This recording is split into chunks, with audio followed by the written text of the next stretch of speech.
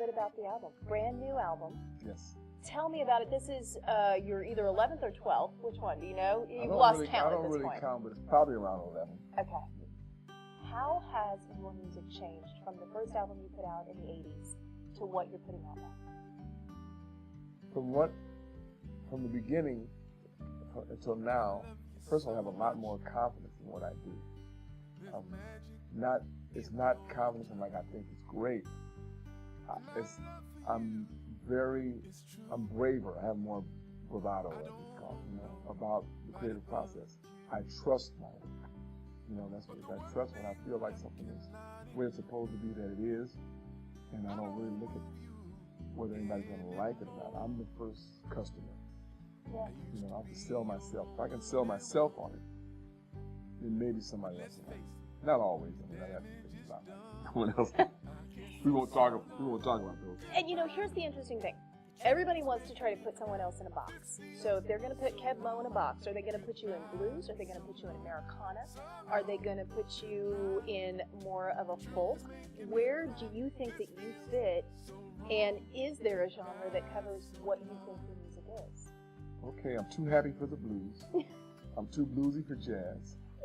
I'm too funky for folk. I like it, too funky for folk. That's good. And I'm too city for country. Good. So you are what you are. I am what I am. But the type of music that you're doing speaks to so many people out there. And obviously, it's something that you've cultivated. It's part of your life experience and what you listen to. So who did you grow up on that has influenced what you're doing today? I grew up in a kind of a potpourri of music. There was my father's church and my mother's church. Mm-hmm. They were separated. My father went to a church with a big organ in it. They were like spooky and big. Oh, everything. And my mother went to the Down Home Baptist Church. That's the one I went to. So I had that experience and that one.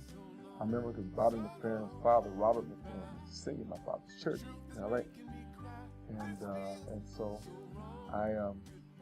then I played in the Calypso Steel Band. I was listening to the radio of Stax and Motown, and on into the 70s with Earth, Wind & Fire and everything there. I listened to, in the late 60s, started with Jimi Hendrix, the Beatles,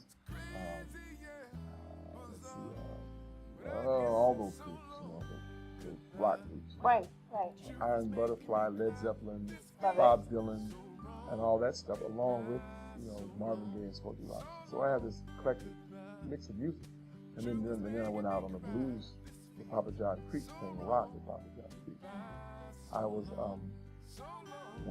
after Papa John Creek, I had a job to live in Flowers, and I listened to all country music for all day. I just listened to country. So what era would that have been? What era country? 1976 to 78. Okay. Country. I just immersed myself in country music because I thought the writing was so clever, so good. And I didn't hear that kind of cleverness. I saw hints of that kind of cleverness in the old standards, really clever old standards. Mm-hmm. In terms of the lyrics, the way lyrics were put together, I was really impressed with it. So I thought about, if I could put together the funk that I know, the groove that I know, put those lyrics together, that would be cool. So I started attempting to do that. But I didn't really find the identity until the early 80s when I started really encountering the blues. When I added the blues to it, then I started to find my footing and find something. And I wasn't looking for who I was. I just when I like music now. It just happened. When my record in 1980 flopped, I was like, okay, that's done. I had a record deal. What else can I do? They don't like me. I still like music. They don't like me. Okay, let's keep going. So I just kept on going.